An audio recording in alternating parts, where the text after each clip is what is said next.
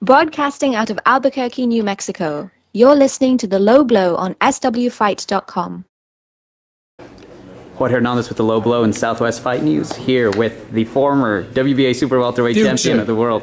Does that bug you for people to identify you as former? Yeah, man, it bothers me, but, you know, it is what it is. No cry or spilled milk, but I'd rather them go to future WBA world champion. Well, now you have the chance of reclaiming that title Saturday night against Erislandy Lara. Tell us about the preparation for this fight. Oh, man, the preparation's done. You know, there's nothing else we can do besides maintain our weight and get ready for battle. Yeah. Now, as far as you and Lara, for a while now, months, you guys have been, I guess, calling each other out, bickering back and forth a little bit. So did that level out, I guess, as the training kept going?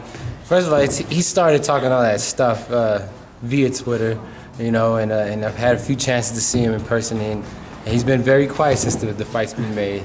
So, you know, your ass checked in with your ass wrote a check that your mouth wrote a check that your ass can't cash. There we go. There we go. No, you got it. As far as I don't know my metaphors. No.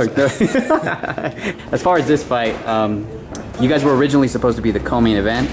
You guys got bumped down to third in line.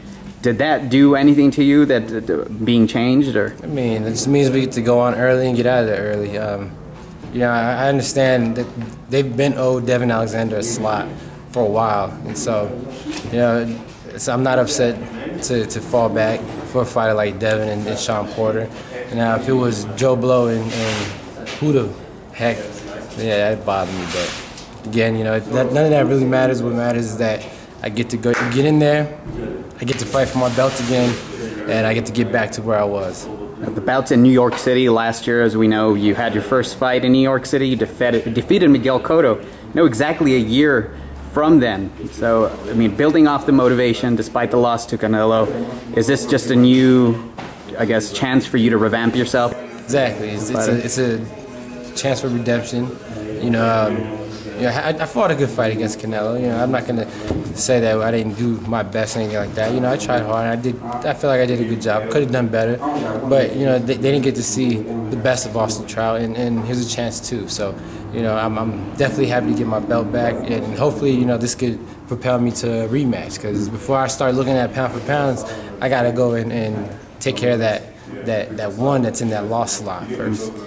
Now, as a spectator looking from the outside in on this camp, you seemed a lot more relaxed. I mean, you have your dog out here, you have your tons of video games out here, man, and beforehand, you don't have as much going on as you did for the Canelo fight. Was that something that was done on purpose, just to have your mind concentrated on this? Well, you know, you gotta, you know, be comfortable in some ways. Now, camping is supposed to be comfortable. You're supposed to get out of your comfort zone, you know, on a daily through training and whatnot. But when it's time to relax, you know, it's time to relax. You know, I'm feeling really good about the preparation. You know, we went to Houston and worked out at the Plex Performance Gym, home of Lara. We went to his house, and you know, we got a lot of good things there. I feel explosive, I feel strong, I feel sharp. And then we came up to Redoso to sharpen up all the tools that we took from Houston. So, you know, the preparation is there. I worked hard. You know, I always work hard. Ain't no half-stepping. We know what's ahead of us. Lara ain't no joke.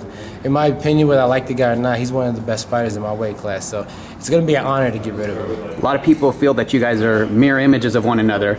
Some people say that you're a little bit slicker and he's a little bit dirtier.